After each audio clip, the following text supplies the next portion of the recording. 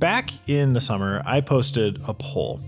It had a few questions about people's first interactions with Japanese culture. It was a survey that was going to inform a future episode of Lost in Translation, and it still will. Some of the questions on that survey were, what was the first piece of Japanese media you consumed? What Japanese media do you continue to consume? How old were you when you had your first memory of Japan? Describe your first memory of Japan, things like that. Now, those are still going to be used for a future episode of Lost in Translation, but today I just wanted to go over a few things that I thought were interesting and something worth bringing up and talking about outside of the context of one of those episodes. So the first thing I wanted to bring up is I have a graph here of the slope for people's responses for their first memory of Japan. Now, I realize I asked that in kind of a vague way. There's a lot of different things that could constitute that. That's why I asked people to kind of write a little bit about what their first memory was. And so that's what a lot of is going to go into that Lost in Translation episode. Is going to be the details found there. But for the time being, we can look at this and see that it peaks like dramatically at 5 years old. Now, I'm guessing this has something to do a little more with how people are rounding ages in their heads, because we see that dramatic drop off just before 10 years old. I think if you're going to estimate a year, you're going to gravitate towards 10, not 9, maybe not 11. But yeah, 5 years old is our peak that we're seeing right here. That's really interesting because we see it gradually just steadily slope off towards the teenage years and drop off completely, with only one response for ages 15 and 16, and then no one saying 17 and 18. So again, this could really just be because people's memories are fuzzy and they're trying to guess a year and they don't know an exact year. But I do think the shape of the overall trend is accurate, regardless of whether or not a specific year in and of itself is accurate.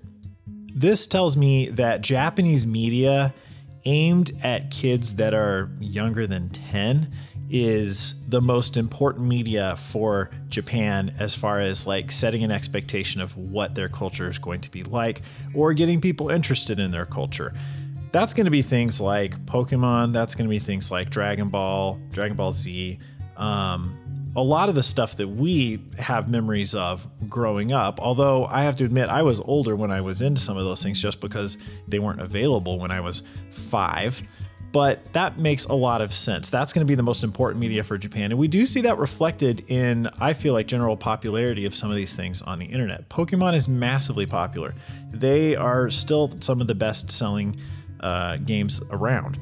And so, and Dragon Ball is something that you'll see memes and people talking about all the time. So this media that's aimed at young kids is, I think, really, really important for Japan, because this is setting that standard, that expectation of what they can get from Japan. Now, what that first interaction is, what that first media is, was essentially divided between two things. Now, I had set up a bunch of categories and allowed it an other that people could fill in. So some people mentioned some really unique things, like little toys that they had that were their first thing that they knew was Japanese. But in general, I had set up video games, music, film, TV and anime in the same category, manga, and books or novels. Well, predictably, this being a video game oriented channel, video games came in as the top first piece of Japanese media people consumed, 51%. Behind that, though, was anime at 41%, roughly. So between the two of those, that accounted for almost everything. The next biggest slice behind that was film. Everything else was pretty minimal. Manga was pretty close to film, which is a little bit surprising. But this gets more interesting when you connect it to the follow-up question of what Japanese media do you continue to consume? This was really eye-opening for me. I'll just do a rundown of some of the top ones because, again, people filled in a lot of unique things like history or Zen Buddhism and different things like that, food. But video games, 99% of people continue to consume video games. Again, makes sense. Behind that was TV and anime, 86%. But behind that was music at 64%. Then we had manga, 58%, film, 44%, books and novels at 24%. Now, The reason why I think that music is probably the most interesting here is because music did not account for a single first contact memory, according to our poll here. But it seemed to have benefited dramatically, even leaping over manga and movies, in what people continue to consume out of Japanese culture. Now, if I had to venture a guess, I would say this is probably things more along the lines of soundtracks, maybe soundtracks to video games in our community specifically. I know those are really popular. I would have to say pop music is probably in the minority here. Now, when you contrast this with the soft power that other cultures produce, the United States music is a pretty big one. I would be willing to bet a lot of people's first piece of American media that they've consumed was music, but this was not the case for us with Japan here. On top of that, film was pretty weak here, even in what people continue to consume. Our poll shows that less than half of people who get into Japanese media continue to watch Japanese films, where almost everybody continues to play video games and more than half listen to music, and almost everybody watches anime. But film, I think there's a lot of room for Japan to maybe push film a little bit more. Obviously, people's go-tos with Japan are going to be video games and anime, and there's not a lot that you can do about that. But this is where I see the most room for potential, the most room for growth. Because again, I would say there's some cultures where film is going to be the number one.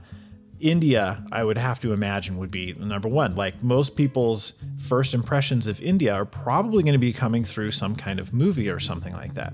And then they're going to continue to watch Indian films because those are so popular. Korea is an interesting country to consider here. Now, I don't have data on other countries to compare to, but I'm just going off of what I would consider to be my own expectations here.